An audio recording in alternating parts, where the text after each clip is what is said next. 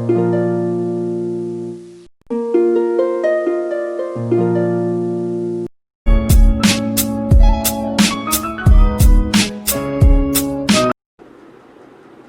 यीशु मसीह के पवित्र नाम में आप सभी लोगों को जय मसीह की।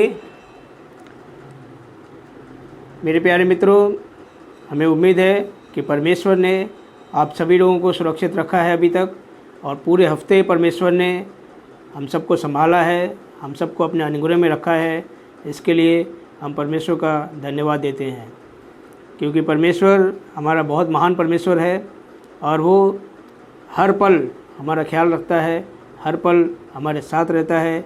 और जब भी हम परमेश्वर को पुकारते हैं, परमेश्वर हमारी सुनता है और हमें हर प्रकार के तकलीफ़ों से, हर प्रकार की मुश्किलों से परमेश्वर जो है हमें निकालता है। तो इससे पहले कि हम परमेश्वर के वचन में आगे बढ़ें, आइए हम प्रार्थना करें।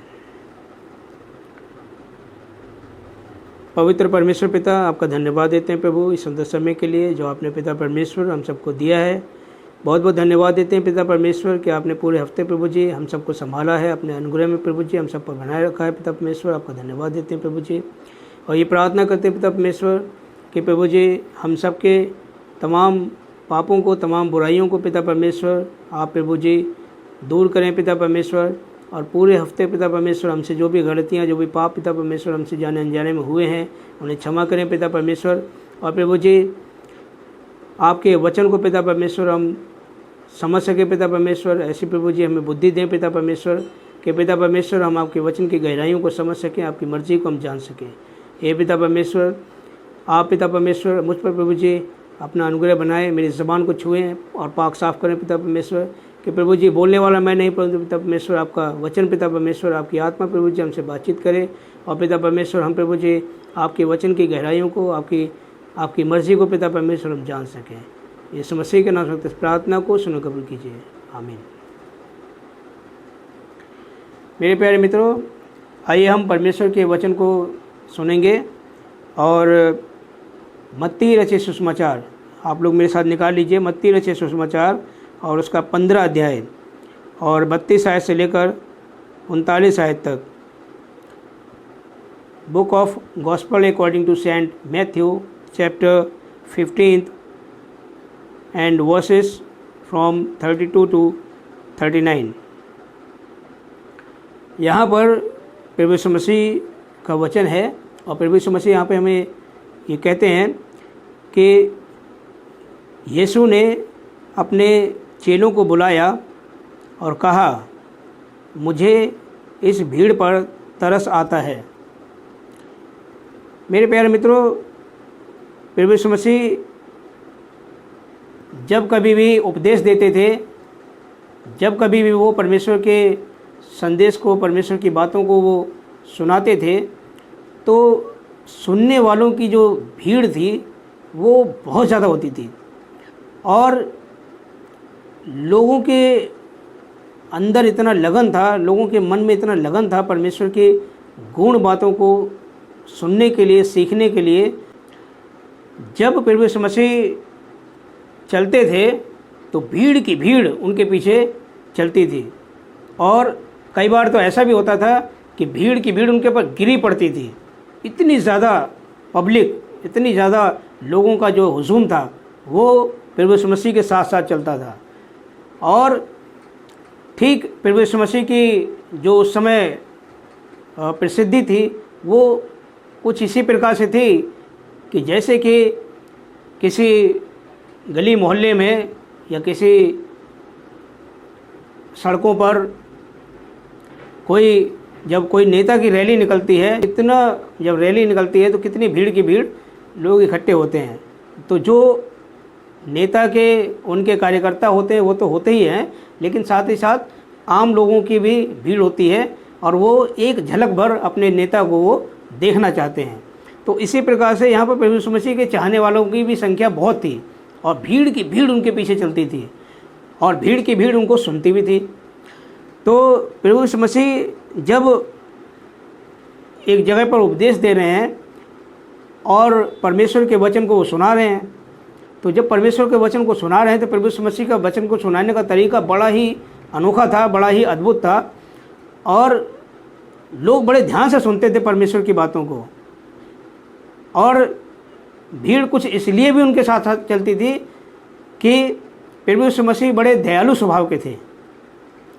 आप समझिएगा यहाँ पे कि प्रभु यीशु मसीह जो है वो बहुत ही दयालु स्वभाव के होते थे, और वो क्या होते दयालु स्वभाव के थे, और वो क्या कहते थे कि अगर किसी के अंदर कोई बीमारी है, कोई तकलीफ़ है, तो वो लोग भी यीशु मसीह के पास जाते थे और प्रभु यीशु मसीह उन पर हाथ रख देते थे और उनकी बीमारी ठीक हो जाती थी, मुर्दे जिंदा हो जाते थे।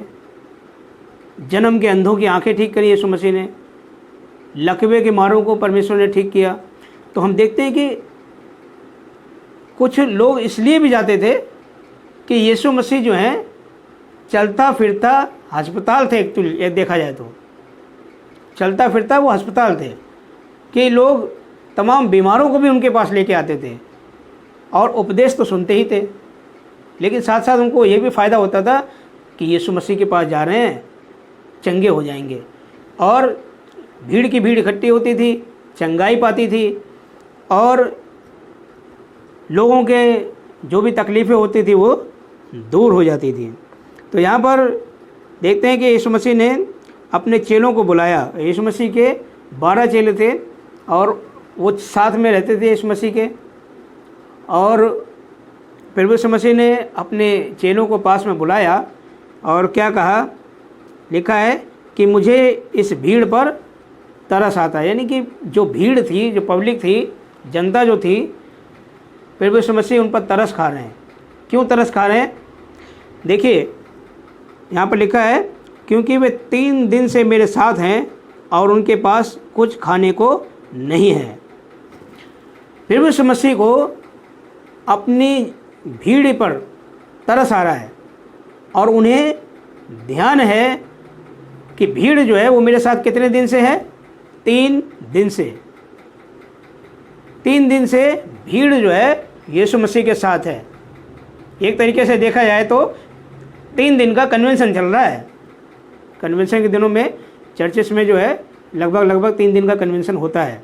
बाहर से स्पीकर बुलाए जाते हैं, बहुत भीड़ इकट्ठी होती है, और बहुत बड़े स्केल पर टेंट लगता है, बहुत बड़े स्केल पर सभाएं होती हैं। तो इस तरीके से देखते हैं यहाँ पे कई कन्वेंशन का समय चल रहा है। यहाँ पर 3 दिन का कन्वेंशन है। 3 दिन से भीड़ जो है यीशु मसीह के साथ साथ चल रही है, और 3 दिन से जब भीड़ है उनके साथ, तो आप यहाँ पे पॉइंट जो है नोट करने की बात यह है कि 3 दिन से भीड़ ने कुछ खाया नहीं है। 3 दिन से भीड़ ने कुछ खाया नहीं है और भूखी है, लेकिन फिर भी यीशु मसीह का साथ नहीं छोड़ रही है भीड़। ये देखिए कि प्रभु यीशु मसीह का प्रेम देखिए कितना, कि लोगों के अंदर प्रभु यीशु मसीह का प्रेम कितना है कि 3 दिन से यीशु मसीह के साथ हैं, भूखे हैं, लेकिन यीशु मसीह का साथ नहीं छोड़ रहे हैं। अगर हम लोग आजकल के ज़माने में लोगों को अगर कहा जाए कि चलो एक घंटे की प्रार्थना सभा है, वहाँ चलते हैं, तो प्रार्थना सभा में चले जाएंगे, लेकिन बहुत से लोग जो हैं घड़ियाँ देखते हैं कि 2 घंटे हो गए, 3 घंटे हो गए, अब चलना चाहिए। घर पे इंतज़ार कर रहे होंगे लोग, कहीं जाना है, बहुत सारे प्रोग्राम हैं, और यहाँ पर पब्लिक ने घड़ी नहीं देखी कितना टाइम हो रहा है, हमें जाना चाहिए। और लोगों के मन में ये भी विचार नहीं आया कि खाली उपदेश से काम नहीं चलेगा, घर पे भी जाना चाहिए। यहाँ पर प्रभु यीशु मसीह के साथ भीड़ जो है वो 3 दिन से है, भूखी है, और प्रभु यीशु मसीह का प्रेम देखिए लोगों के अंदर कि वो 3 दिन से यीशु मसीह के साथ हैं। और लिखा है, और उनके पास कुछ खाने को नहीं है। प्रभु यीशु मसीह को भीड़ में बैठे एक एक व्यक्ति पर नज़र थी, एक एक व्यक्ति के बारे में प्रभु यीशु मसीह को जानकारी थी, क्या कि इनके पास खाने को कुछ भी नहीं है। फिर भी यीशु मसीह को जानकारी थी, क्योंकि वो स्वयं परमेश्वर हैं, अंतर्यामी हैं, और कोई भी इंसान परमेश्वर से क्या कुछ छुपा सकता है? मतलब ही नहीं, कोई कुछ नहीं छुपा सकता यीशु मसीह से। और प्रभु यीशु मसीह को सब कुछ पता है, सब कुछ दिख रहा है कि भीड़ इतनी है, लेकिन इस भीड़ के पास खाने को कुछ भी नहीं है। और आगे देखें कि प्रभु यीशु मसीह को ये भी पता है कि भीड़ के पास खाने को कुछ भी नहीं है। और प्रभु यीशु मसीह का विचार यहाँ पर देखिए, वो ये क्या कहते हैं कि मैं उन्हें भूखा विदा नहीं करना चाहता। देखिए प्रभु यीशु मसीह का प्रेम देखिए, जब भीड़ का प्रभु यीशु मसीह के प्रति प्रेम है कि 3 दिन से भीड़ यीशु मसीह के साथ है। भीड़ का प्रेम प्रभु यीशु मसीह के प्रति ये है कि 3 दिन से वो यीशु मसीह के साथ हैं। लेकिन अब प्रभु यीशु मसीह का प्रेम दिखाने की बारी आ रही है, तो प्रभु यीशु मसीह अपना प्रेम क्या दिखा रहे हैं कि इनके पास खाने को नहीं है, 3 दिन से भूखे हैं। अब प्रभु यीशु मसीह इनको क्या कहते हैं कि मैं इन्हें भूखा विदा नहीं करना चाहता, भूखा विदा करना नहीं चाहता। और प्रभु यीशु मसीह का प्रेम, पब्लिक ने अपना प्रेम दिखा दिया, जनता ने अपना प्रेम दिखा दिया कि 3 दिन से हम भूखे प्यासे हम यीशु मसीह के पीछे चल रहे हैं, उपदेश सुन रहे हैं। लेकिन अब प्रभु यीशु मसीह कहते हैं कि मैं इनको भूखा विदा करना नहीं चाहता हूँ। और मेरे प्यारे मित्रों, हम चाहे कैसे भी हालात में क्यों ना हो, परमेश्वर हमारे हर एक ज़रूरतों को जानता है, हमारे हर एक मन की योजनाओं को जानता है, विचारों को जानता है, चिंताओं को जानता है, तकलीफ़ों को जानता है। इसलिए यहाँ पर पब्लिक जो है, किसी ने भी शोर नहीं मचाया कि प्रभु यीशु मसीह अब बंद करो, 3 दिन हो गया, अब हमें जाने भी दो क्योंकि खाना भी खाना है। यहाँ पे किसी भी पब्लिक ने ऑब्जेक्शन नहीं उठाया, किसी ने बोला नहीं, कुछ भी नहीं बोला। लेकिन प्रभु यीशु मसीह को क्या था, ध्यान था पब्लिक पर कि इनके पास खाने को नहीं है, 3 दिन से मेरे साथ हैं। और यहाँ पर एक बात सिद्ध होती है, परमेश्वर के वचन में लिखा है कि मनुष्य केवल रोटी से नहीं परंतु परमेश्वर के वचन से भी जीवित रहेगा। और यहाँ पर यही बात सत्य हुई कि 3 दिन से प्रभु यीशु मसीह के साथ जो पब्लिक है, वो उनके पास खाने को नहीं है, रोटी नहीं है, लेकिन फिर भी उन्हें भूख नहीं लगी। उनकी भूख जो है वो परमेश्वर के प्रेम ने ख़त्म कर दी थी। और ऐसा होता है, अगर हम सुबह से शाम तक सिर्फ भूख पर ध्यान करेंगे, कंसंट्रेट करेंगे, तो हमें भूख लग जाएगी। लेकिन कई बार ऐसा होता है कि जब हम किसी काम में व्यस्त होते हैं तो सुबह से शाम हो जाती है, पता ही नहीं चलता, और हम कई बार बोलते हैं कि आज तो पूरा दिन निकल गया, खाने का टाइम नहीं मिला और भूख भी नहीं लगी। ऐसा होता है कि कभी बहुत बार अगर हम भूख पर ही ध्यान देंगे, पेट पर ध्यान देंगे, रोटी पर ध्यान देंगे, तो हमें भूख ज़्यादा लगेगी। और कई बार हम काम में इतने व्यस्त होते हैं कि पता ही नहीं चलता समय कब निकल जाता है, सुबह से शाम कब निकल जाती है, और खाने को टाइम नहीं मिलता है, याद भी नहीं रहता है, और हमें कुछ भी नहीं होता है, हमें कोई तकलीफ़ भी नहीं होती। ठीक है, तो यहाँ पर ठीक वही वाली बात है कि यीशु मसीह के साथ भीड़ है, 3 दिन से है, और इनकी जो भूख है वो ख़त्म हो गई, इन्हें भूख लगी नहीं रही है। बेशक पब्लिक को भूख नहीं लग रही है, खाने को भी नहीं है, प्रभु यीशु मसीह के प्रति प्रेम भी है, लेकिन यीशु मसीह को तो ध्यान है ना कि 3 दिन से नहीं खाया है, मेरे फ़र्ज़ है, मेरी ड्यूटी है, कि मेरी रिस्पॉन्सिबिलिटी है कि मैं इन्हें खाने को दूँ, क्योंकि ये मेरे साथ हैं, किसी और के साथ नहीं है। और जब हम परमेश्वर के रास्ते पर चलते हैं, परमेश्वर की शिक्षाओं पर चलते हैं, तो परमेश्वर हमारे एक एक बात पर नज़र रखता है। परमेश्वर जो है वो ध्यान रखता है कि इन्हें क्या चाहिए। और यहाँ पर देखते हैं, लिखा है कि कहीं ऐसा ना हो कि वो मार्ग में थक कर रह जाएं। देखिए, अब 3 दिन के बाद जब ये पब्लिक जो है वो जाने को होगी, तो प्रभु यीशु मसीह कहते हैं ऐसा ना हो कि रास्ते में ये थक कर रह जाएं, मतलब थक के ये गिर पड़ें। तो ऐसे कंडीशन नहीं आनी चाहिए। ये नहीं होना चाहिए कि हम तो प्रभु यीशु मसीह की सभा में गए थे और 3 दिन से खाने को नहीं मिला, और हमारे अंदर शरीर की जो एनर्जी है वो कम हो गई और हम गिर पड़े, बेहोश हो गए। तो प्रभु यीशु मसीह अपना नाम खराब नहीं करना चाहते। क्यों? क्योंकि वो महान परमेश्वर है, वो सारे संसार को भोजन प्रोवाइड करता है, सारे संसार को जीवन प्रोवाइड करता है, ज़िंदगी। ठीक है, तो वो परमेश्वर कभी भी नहीं चाहेगा कि उस परमेश्वर का नाम खराब हो। और इसीलिए प्रभु यीशु मसीह ने यहाँ पर क्या कहा कि मैं नहीं चाहता कि ये मार्ग में थक जाएं, रास्ते में थक जाएं, इन्हें खाने को मिलना चाहिए। और मेरा विचार ये है कि इन्हें भूखों विदा नहीं, इन्हें को जो है मैं उन्हें भूखा विदा करना नहीं चाहता। देखिए क्या लिखा है कि मैं उन्हें भूखा विदा करना नहीं चाहता हूँ, ये विचार है। अब चेलों को बुलाकर प्रभु यीशु मसीह ने अपना विचार तो बता दिया कि मैं इन्हें भूखा विदा नहीं करना चाहता, 3 दिन से ये मेरे साथ हैं।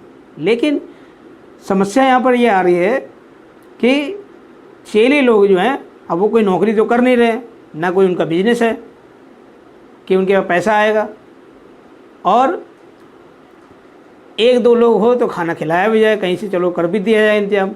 लेकिन यहाँ भीड़ को कौन खिलाएगा, ये समस्या की बात है। अब अक्सर होता है कि लोग, आजकल के ज़माने में तो ऐसा प्रचलन हो गया है कि लोग जन्मदिन भी जो आजकल जो है वो घर घर में मना लेते हैं, लोगों को इकट्ठा नहीं करते हैं। खर्चा या बजट के बारे में वो लोग सोचते हैं, और सोचना चाहिए भी। लेकिन प्रभु यीशु मसीह का जो कंसेप्ट है यहाँ पे वो ये कह रहे हैं कि मैं भीड़ को खिलाना चाहता हूँ। चेलों को बुला लिया, चेलों को विचार बता दिया। अब चेले लोग परेशान ये हैं कि भाई भीड़ के लिए इतना पैसा कहाँ से आएगा, हम लोग कोई जॉब तो करते नहीं है, ना हमारी कोई दुकान है, ना बिजनेस है, ना हमारा कोई ढाबा है, ना कोई हमारा होटल है, कहाँ से खाना आएगा इतना। अब ये जोमेटो और फूड पांडा तो चल नहीं रहा है कि भाई मोबाइल ऐप कर लिया, लेकिन वो भी पैसे लेते हैं। अब देखिए यहाँ पे क्या लिखा है, 33 आयत में लिखा है कि चेलों ने उससे कहा, हमें इस जंगल में कहाँ से इतनी रोटियाँ मिलेंगी। अब देखिए चेले लोग जो है वो परेशान हो गए। प्रभु यीशु मसीह ने जैसे ही उन्होंने अपना कंसेप्ट बताया, अपने विचार बताए कि इतनी भीड़ है, मैं इनको खाना खिलाना चाहता हूँ, उनको भूखा नहीं विदा करना चाहता हूँ। अब प्रभु यीशु मसीह है तो वो अपने चेलों को ही अपने अंदर की बातें बताएंगे, अपने विचार बताएंगे। और यहाँ पर प्रभु यीशु मसीह ये भी देखना चाहते हैं कि चेले देखते हैं ये क्या कहते हैं, इनका विचार क्या है। ये चेले तो बन गए मेरे, लेकिन कुछ समझ भी पाए हैं मेरे बारे में, या खाली ऐसे ही नाम के चेले हैं। आप समझिए यहाँ पर कि चेले लोग, प्रभु यीशु मसीह चेलों को इसलिए बताया कि देखिए ये समझते क्या हैं, इनका विचार कहाँ तक जाता है, चेलों का जो सोच है, विचार है, वो कहाँ तक जाता है। प्रभु यीशु मसीह इसलिए भी उन्होंने शेयर किया कि मैं भूखा नहीं विदा करना चाहता हूँ, अब तुम बताओ क्या करना है। अब होता है कि जब कोई भी बड़े बड़े लोगों की जब मीटिंग होती है तो कमेटी के लोग बैठते हैं, वो डिसीजन लेते हैं कि भाई पब्लिक के लिए, जनता के लिए क्या करना चाहिए, है ना। तो यहाँ पर प्रभु यीशु मसीह 12 चेलों को बुलाकर उन्होंने अपना कंसेप्ट बता दिया कि भाई मैं भूखा नहीं विदा करना चाहता हूँ, बताओ क्या करना है। अब चेले लोग क्या कह रहे हैं कि जंगल में इतनी रोटियाँ कहाँ से मिलेंगी।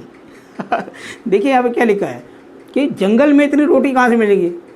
चेले लोग सोच में हैं, परेशान हो गए कि प्रभु यीशु मसीह उपदेश दे रहे थे, ठीक है, चंगाई दे रहे थे, ठीक है, 3 दिन से पब्लिक को अपने साथ रखा हुआ था, ठीक है, आप सब कुछ करो, ठीक है, लेकिन ये खर्चे वाली, पैसे वाली बातें मत करो।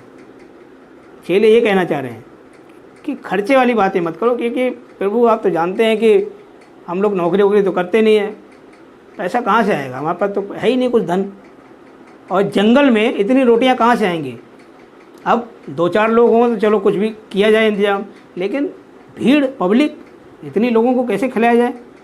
आप लोगों ने देखा होगा कि सड़कों पर कई बार लोग भंडारा करते हैं और आते जाते पब्लिक जो है खाना खाती है।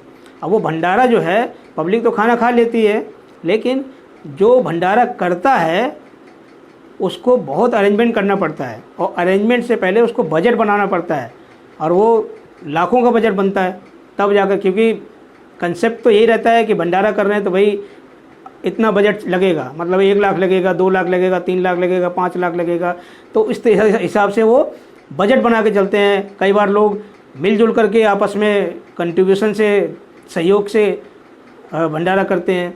तो कहने का अर्थ ये है कि यहाँ पर जो है पब्लिक है, इतना भंडारा करने के लिए इतना पैसा, इतना अरेंजमेंट, सब कुछ कैसे होगा। और यहाँ पर चेले लोग जो है वो परेशान हो रहे हैं यही चीज़ को कि जंगल में रोटी कहाँ से मिलेगी, यहाँ तो कोई शहर तो है नहीं, और शहर भी हो तो इतना पैसा कहाँ से आएगा। तो लिखा है 33 आयत में कि हमें इस जंगल में कहाँ से इतनी रोटियां मिलेंगी कि हम इतनी बड़ी भीड़ को तृप्त करें। देखिए चेले लोग क्या कह रहे हैं। अब यहाँ पर एक तरीके से आज के ज़माने के में अगर कहा जाए भाषा में कि प्रभु यीशु मसीह ने बोर्ड मीटिंग करी। बोर्ड मीटिंग में चेलों को बुलाया तो उन्होंने अपना विचार बताया कि मैं भीड़ को खाना खिलाना चाहता हूँ। अब प्रभु यीशु मसीह ने पैसे तो दिए नहीं कि ये लो जी 5 लाख का चेक है और ये जा कर के कैश करा लो और भीड़ को खिला दो। या प्रभु यीशु मसीह ने कोई ऐसी तिजोरी तो खोली नहीं कि गड्डी उठाई नोटों की और चेलों को दे दी, जाओ जी बाज़ार से सामान ले आओ, हैं? ऐसा तो नहीं हुआ। अब प्रभु यीशु मसीह कहते हैं कि मैं खाना खिलाना चाहता हूँ, चेलों को बता दिया। अब चेले लोग परेशान हो रहे हैं कि भाई जंगल में इतनी रोटियाँ कहाँ से मिलेंगी और कि हम इतनी भीड़ को तृप्त करें। इतनी भीड़ को कैसे तृप्त करें, चेले लोग कह रहे हैं। और 34 आयत में लिखा है कि यीशु ने उनसे पूछा तुम्हारे पास कितनी रोटियां हैं। जब चेले लोग अपना विचार बता चुके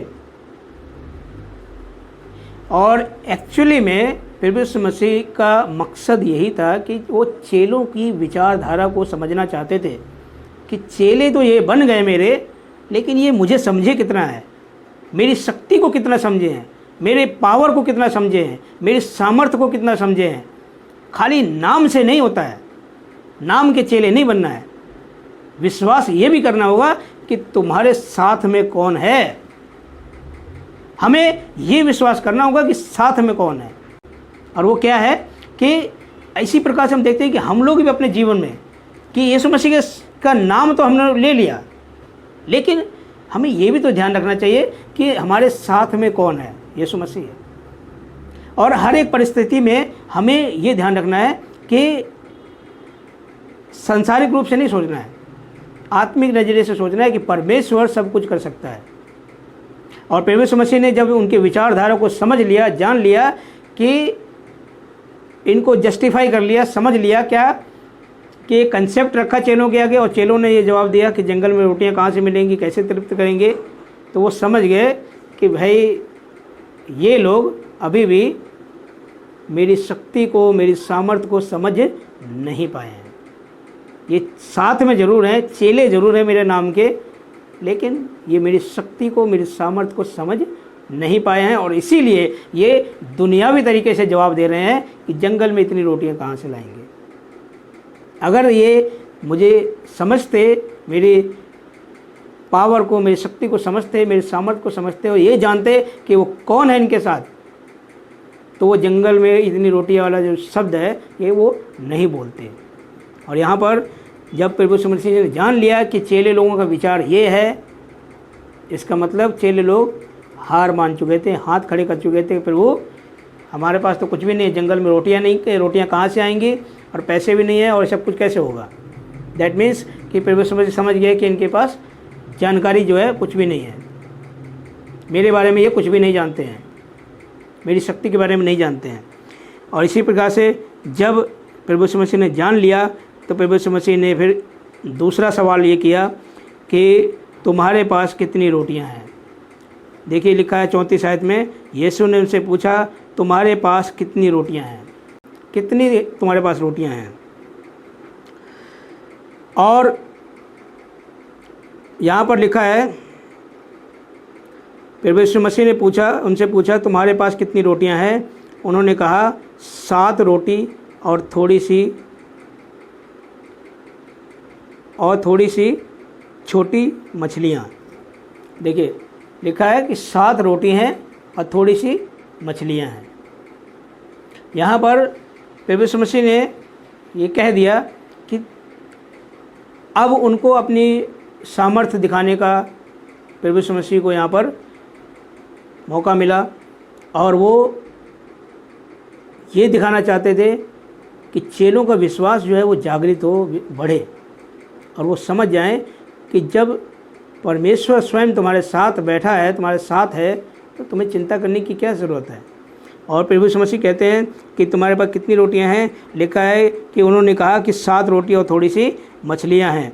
35 आयत में लिखा है तब उसने लोगों को भूमि पर बैठने की आज्ञा दी। 35 आयत में यहाँ पर देखिए लिखा है, यीशु मसीह ने क्या कहा, 7 रोटी हैं, मछली है, ठीक है, ले आओ। और अब उन्होंने प्रभु यीशु मसीह ने क्या कमांड कर दिया कि लोगों को भूमि पर बिठा दो, भूमि पर बिठा दो। चेले लोग जो हैं अभी भी कंफ्यूज हैं, और वो कंफ्यूज किस बात से हैं कि प्रभु यीशु मसीह 7 रोटी हैं, थोड़ी सी मछली है, और ऑर्डर कर रहे हैं कि भीड़ को, पब्लिक को जो है बिठा दो खाने के लिए। अभी भी वो समझ नहीं पा रहे हैं कि होगा कैसे, भीड़ बैठ जाएगी। अब कोई तो 2 रोटी खाता है, कोई 3 रोटी खाता है, कोई 5 रोटी खाता है, कोई 7 रोटी खाता है, कैसे होगा ये, इतनी भीड़ पब्लिक को कैसे खाना खिलाया जाएगा। और यहाँ पर लिखा है कि प्रभु यीशु मसीह ने कहा कि उनको भूमि पर बैठा दो, और लिखा है 35 आयत में, तब उसने लोगों को भूमि पर बैठने की आज्ञा दी, यानी ऑर्डर, प्रभु यीशु मसीह ने ऑर्डर पास कर दिया कि ठीक है, ज़मीन पर लोगों को बिठा दो। और 36 आयत में लिखा है कि और 7 रोटियों और मछलियों को लिया। देखिए 7 रोटी और मछली को प्रभु यीशु मसीह ने अपने हाथों में लिया, और ले करके लिखा है कि धन्यवाद करके तोड़ा। क्या कहा? धन्यवाद, थैंक यू। भोजन पर प्रभु यीशु मसीह ने धन्यवाद किया, और किसका किया? परमेश्वर का धन्यवाद किया, और अपने चेलों को देता गया, और चेले लोगों को, वो रोटी पर धन्यवाद किया और चेलों को देते गए, चेले लोगों को देते गए, और इस प्रकार से लोग जो हैं खाते गए, और जी भर के खाया रोटी और मछली। और लिखा है इस प्रकार, 37 वर्ष में लिखा है, इस प्रकार सब खाकर तृप्त हो गए, और चेलों ने बचे हुए टुकड़ों के भरे हुए 7 टोकरे उठाए। देखिए चेले लोगों ने जब सब लोग खा चुके भीड़, तो वेस्टेज जो है वो बच गया, बचा हुआ लोगों का जूठन जो होता है प्लेट में बच जाता है, तो वो भी सब एक टोकरे में इकट्ठा किया गया, और लिखा है 7 टोकरे वेस्टेज, 7 टोकरे बचा भरे हुए जो है वो बच गए। 7 रोटी से 7 टोकरे वेस्टेज बच गए। और आगे देखिए क्या लिखा है, 38 आयत में लिखा है, खाने वाले स्त्रियों और बालकों को छोड़ 4000 पुरुष थे। हालेलुया। यहाँ पर क्या लिखा है कि खाने वाले जो भीड़ थी, पब्लिक थी, उसमें महिलाओं की गिनती नहीं थी और बच्चों की गिनती नहीं थी। अब देखिए खा तो रहे हैं, महिलाएं भी तो खा ही रही हैं। अगर महिलाएं अगर 4-4 रोटी भी खा रही हैं, 2-2, 3-3 रोटी भी खा रही हैं, तो अभी रोटियों की संख्या तो बढ़ रही है ना। बच्चे भी अगर 2 रोटी भी खा रहे हैं, तो अभी रोटी तो यूज़ हो रही है। तो यहाँ पर हम देख रहे हैं कि महिलाओं की गिनती नहीं है, बच्चों की गिनती नहीं करी गई है, सिर्फ पुरुषों की गिनती करी गई है। और पुरुषों की गिनती बताई गई है, यहाँ पर लिखा है कि वह 4000 पुरुष थे। कितने थे? 4000, 4000 लोगों को प्रभु यीशु मसीह ने 7 रोटी और मछली से 4000 लोगों को तृप्त कर दिया, खिला दिया। और 7 वेस्टेज बचे हुए टुकड़े जो टोकरे थे वो उठाए गए। हम यहाँ पर देखते हैं कि प्रभु यीशु मसीह ने यहाँ पर ये साबित किया, अपनी शक्ति को, अपनी सामर्थ्य को दिखाया कि देखो कि जब मैं तुम्हारे साथ हूँ तो तुम्हें चिंता करने की ज़रूरत नहीं है। तुम्हारे थोड़े से चीज़ में, थोड़े से राशन में, थोड़ी सी सैलरी में, थोड़ी सी घर में, जब प्रभु यीशु मसीह का हाथ उस थोड़ी सी चीज़ पर होता है तो वो थोड़ी सी चीज़ जो है वो बहुत बन जाती है। मेरे प्यारे मित्रों, हम मसीह लोगों को ये सिखाया जाता है कि जब भोजन आता है तो हम उस पर धन्यवाद करके, प्रार्थना करके खाना खाएं। और ये ज़रूरी है। क्यों? क्योंकि भोजन जो है वो हमें परमेश्वर की आशीष से मिल रहा है। हमें परमेश्वर को धन्यवाद करते हुए उस पर आशीष मांगते हुए हमें खाना चाहिए, ताकि उस भोजन से न सिर्फ हमारा पेट भरे, परंतु उससे जो विटामिन्स हैं वो हमारे शरीर में लगे और उस भोजन से नुकसान ना हो। क्योंकि साग सब्जी जो है वो किसान के पास से निकलता है और वो कितने हाथों से होता हुआ वो सब्जी जो है वो आपके पास पहुंचता है। और इस कारण से आप उन सब्जियों पर जो कितने हाथों से होते हुए आ रहा है, उस पर हमें परमेश्वर का धन्यवाद करना चाहिए। हम जो आलू खाते हैं, जो हम गोभी खाते हैं, ये आलू, ये गोभी पर जो है ये इस पर किसानों की मेहनत होती है। कितने इसके अगर पीछे आप चैन देखेंगे तो बहुत लंबी चैन है। कहाँ से स्टार्ट होता है और कहाँ से होते होते आपके घर तक वो पहुँचता है। कितनी मेहनत लगती है, किसान मेहनत करता है, फिर उसको जो गाड़ी में लेके आता है वो ड्राइवर मेहनत करता है, फिर मंडी में जो बेच रहा है वो बेचारा पसीना बहाता है, फिर वो रेडी वाला जो ख़रीदता है मंडी से, वो रेडी वाला भी अपना पसीना बहाता है, और फिर जब कहीं जाकर के फिर आप जो ख़रीदते हैं तो आप भी पूरे महीने मेहनत करते हैं, तब जाके सैलरी मिलती है, तनख्वाह मिलती है, और तब फिर वो आप ख़रीदते हैं। तो इन सब्जियों पर, इन भोजन वस्तुओं पर बड़ी मेहनत होती है लोगों की। तो इसलिए इसको ऐसे ही नज़रअंदाज ना करें, इसको हमें धन्यवाद के साथ खाना चाहिए कि परमेश्वर का धन्यवाद हो कि ये भोजन जो है, जो कितने लोगों की मेहनत है, ये आप तक पहुंचा है। परमेश्वर का धन्यवाद करके खाएंगे तो भोजन जो है आपके शरीर में ज़रूर लगेगा। 39 वर्ष में लिखा है, तब वह भीड़ को विदा करके नाव पर चढ़ गया और मगदन देश में की सीमा में आया। तो इस प्रकार से देखते हैं कि परमेश्वर मसीह ने उनको खिला दिया और फिर वो नाव पर बैठकर विदा हो गए। और फिर परमेश्वर मसीह का जीवन जो था वो चलवासी जीवन था, चलता रहने वाला जीवन था, कहीं एक जगह वो ठहरते नहीं थे। और आज उन्होंने इस भीड़ को संबोधित कर दिया, परमेश्वर मसीह का वचन, उन्होंने अपने परमेश्वर के वचन को शेयर कर दिया। कल किसी और जगह गए, वहाँ पर परमेश्वर के वचन को शेयर किया और वहाँ पर बीमारों को ठीक किया। और होता क्या था कि परमेश्वर मसीह के पीछे जो चलने वालों की संख्या थी, वो उपदेश सुनने वालों की संख्या तो थी, लेकिन बीमारों की संख्या ज़्यादा थी, मरीज़ लोग ज़्यादा आते थे। और कई बार तो उनके परिजन लोग जो हैं, उनके माता पिता जो हैं वो लोग, या उनके जो रिश्तेदार हैं वो लोग मरीजों को गोद में उठा के उनके पीछे पीछे भागते थे। तो इस प्रकार से हम देखते हैं कि चंगाई पाने वालों की बड़ी संख्या होती थी। और परमेश्वर मसीह ने कभी भी किसी को निराश नहीं किया, वो जहाँ भी गए सबका भला किया, सबको चंगाई बख्शी। और इस प्रकार से हम देखते हैं कि परमेश्वर मसीह एक जगह पर ठहर कर नहीं रहे, क्योंकि उनका ये विचार था कि मेरे और भी लोग हैं, मुझे उनको भी बचाना ज़रूरी है। और इसी प्रकार से यहाँ पर उन्होंने 4000 लोगों को बचाया, खिलाया और उनको उपदेश सुनाया। इसी प्रकार से अब वो दूसरे जगह जा रहे हैं, फिर तीसरी जगह जा रहे हैं। इस प्रकार से उन्होंने अपने पूरे जीवन में जितना भी उन्होंने समय धरती पर गुजारा और वहाँ पर उन्होंने बड़े बड़े काम किए। सो मेरे प्यारे मित्रों, यहाँ पर हमें जो परमेश्वर का वचन आज हमें सीखने को मिल रहा है वो यही है कि जब हमें सांसारिक कोई ज़रूरत पड़ती है, यानी कि यहाँ पर लोगों को सांसारिक रोटियों की ज़रूरत पड़ रही थी, तो हमें टेंशन नहीं लेना है, चिंता नहीं करना है कि जंगल में इतनी रोटियाँ कहाँ से आएंगी। हमें सांसारिक रूप से नहीं सोचना है कि जंगल में रोटियाँ कहाँ से आएंगी, इतनी बड़ी भीड़ को कैसे तृप्त किया जाएगा। हमें ये ध्यान रखना है कि यीशु मसीह परमेश्वर हमारे साथ है, और जब परमेश्वर हमारे साथ है तो हमारे पास चाहे थोड़ा सा है चाहे ज़्यादा है, उस पर धन्यवाद करें, परमेश्वर को से प्रार्थना करें, और परमेश्वर जब उस पर बरकत देगा तो आपकी ज़रूरतें सारी पूरी हो जाएंगी। मेरे प्यारे मित्रों,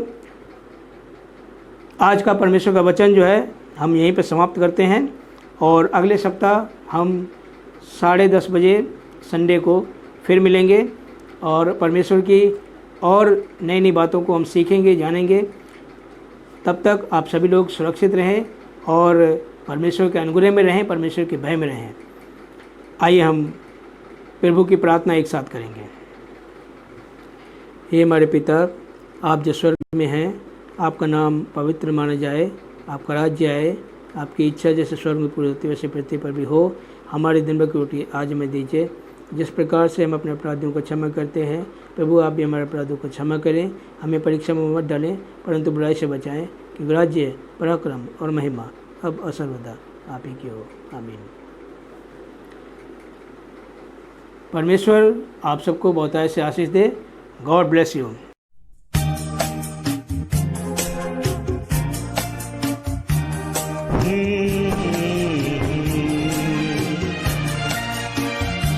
सहारा मुझको चाहिए, सहारा दे मुझे खुदा, सहारा मुझको चाहिए, सहारा दे मुझे खुदा।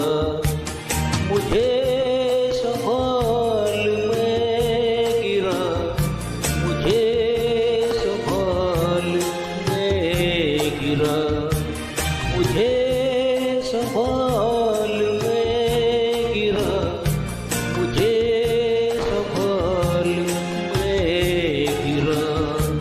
सहारा मुझको चाहिए, सहारा दे मुझे खुदा, सहारा मुझको चाहिए, सहारा दे मुझे खुदा।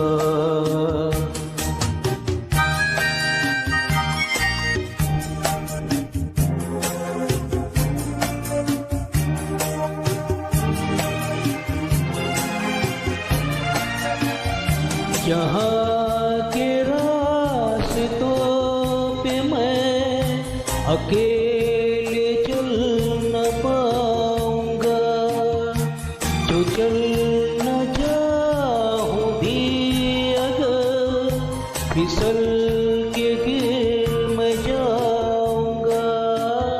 मुझे संभाल मैं गिरा, मुझे संभाल मैं गिरा, मुझे संभाल मैं गिरा, मुझे संभाल मैं गिरा।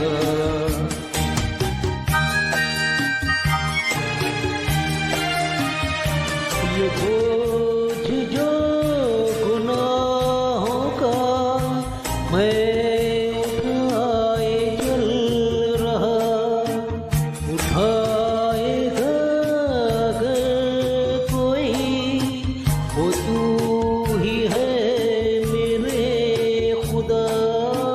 मुझे संभाल मैं गिरा, मुझे संभाल मैं गिरा, मुझे संभाल मैं गिरा, मुझे संभाल मैं गिरा।